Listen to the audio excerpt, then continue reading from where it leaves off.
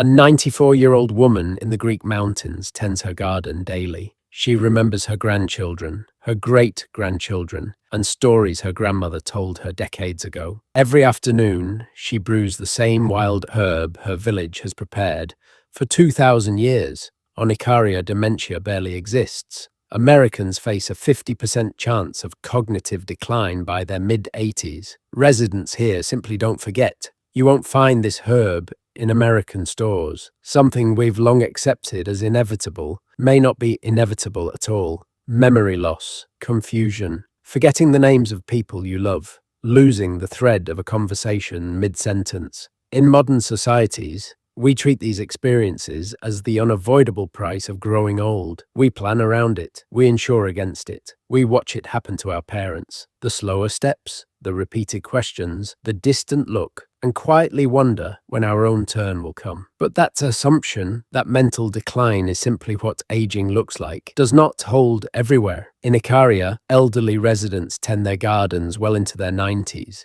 They recount personal histories with precision. They recognize faces, remember names, follow conversations. Their minds don't gradually fade. They stay present until the very end. The same pattern repeats across mountain communities in Albania, Bulgaria, and northern Greece, places where being very old does not mean being mentally absent, where the eldest members of a village are still genuinely, fully here. These populations are not genetic outliers. Researchers studying them return consistently to the same conclusion. Lifestyle determines the trajectory. What people eat, how they move, how they structure their days, and what they drink every single afternoon without exception. One element surfaces across nearly every high longevity community throughout the eastern Mediterranean highlands: a daily tea from a wild mountain plant, prepared identically for 2,000 years. Not medicine, not supplement, just a ritual that never stopped. The Greeks call it Sideritis, he who is made of iron. The name itself carries history. During the Iron Age, when iron weapons dominated warfare, soldiers used this wild mountain plant to treat battlefield wounds. What began as a field remedy traveled home with those soldiers, from the battlefield into the household, and from the household into daily ritual. Hippocrates, the ancient Greek physician, widely regarded as the father of medicine, who practiced between 460 and 377 BC, incorporated botanical treatments throughout his documented work. Dioscorides, whose landmark text De Materia Medica guided European medical practice for 1,500 years, prescribed Sideritis specifically for conditions affecting the head and mind. The knowledge required no revival because it was never abandoned. Shepherds working high-altitude slopes for generations harvested the flowering herb, not as a luxury, but as a functional necessity. Their grandparents passed down a simple observation. Those who drank it daily stayed sharp. Village elders, the consistent, lifelong drinkers, remained mentally present and engaged well into extreme old age, long after contemporaries in lower communities had lost their clarity. The pattern repeated across generations. People observed it, trusted it, and continued. What distinguishes this history isn't ancient documentation. It's unbroken continuity. The same wild harvest, the same preparation method, the same afternoon ritual, handed from one generation directly to the next, without interruption, for 100 generations. That isn't folklore awaiting scientific endorsement. That is 2,000 years of consistent, accumulated human observation. Sideritis grows where it is difficult to grow anything at all. High elevation, thin soil, short seasons. The harshness is not an obstacle.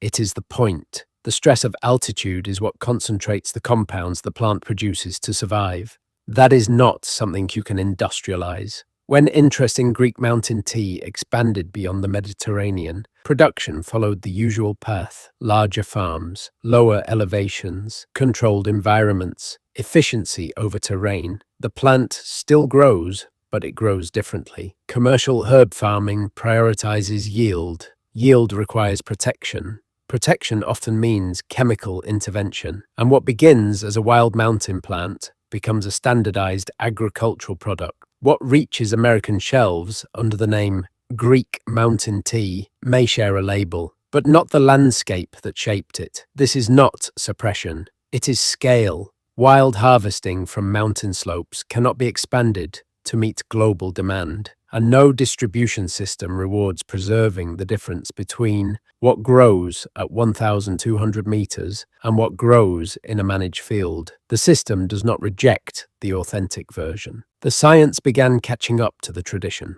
Researchers at Northumbria University conducted a double-blind, placebo-controlled parallel groups study on Sideritis scardica, Greek mountain tea, in healthy adults aged 50 to 70. The results were unambiguous. Relative to placebo, 950 milligrams of Greek mountain tea produced significantly fewer errors on attention tasks, measurably reduced anxiety, and demonstrated better memory performance, outperforming both placebo and a ginkgo biloba comparison group. Brain imaging revealed something equally significant. The prefrontal cortex, the region most associated with age-related cognitive decline, was showing increased oxygen saturation during cognitive tasks. More blood, more oxygen, more fuel reaching exactly the tissue that aging typically starves. Earlier, German laboratory research had tested Sideritis extracts on mice with induced Alzheimer's pathology. Amyloid plaque formation slowed, memory performance improved.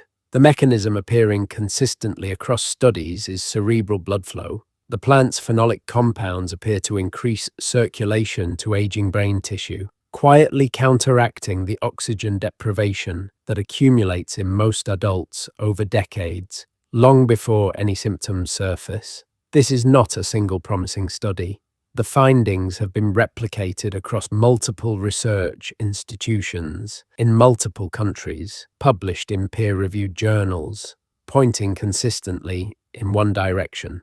Science did not discover what these mountain villages have practiced for 2,000 years. It confirmed it. Dementia care has become one of the most expensive long-term burdens in modern healthcare.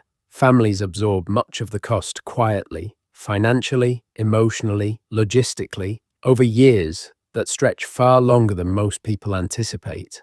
The medical response is structured around treatment after decline begins. Drugs require years of development. Approval pathways demand investment. Distribution requires infrastructure. Every step is built around interventions that can be measured, coded, reimbursed, and monetized. Prevention through a non-patentable plant does not move through that system easily. There's no marketing department for a mountain herb, no pharmaceutical sales force explaining it to neurologists, no insurance reimbursement for a daily ritual. Nothing about that structure requires malicious intent to explain. It is simply how revenue-driven systems prioritize attention. What can be owned, scaled, and billed becomes visible. What cannot remains peripheral, regardless of history or research. Authentic Greek mountain tea is still accessible to anyone willing to look for it. It ships legally. It requires no prescription,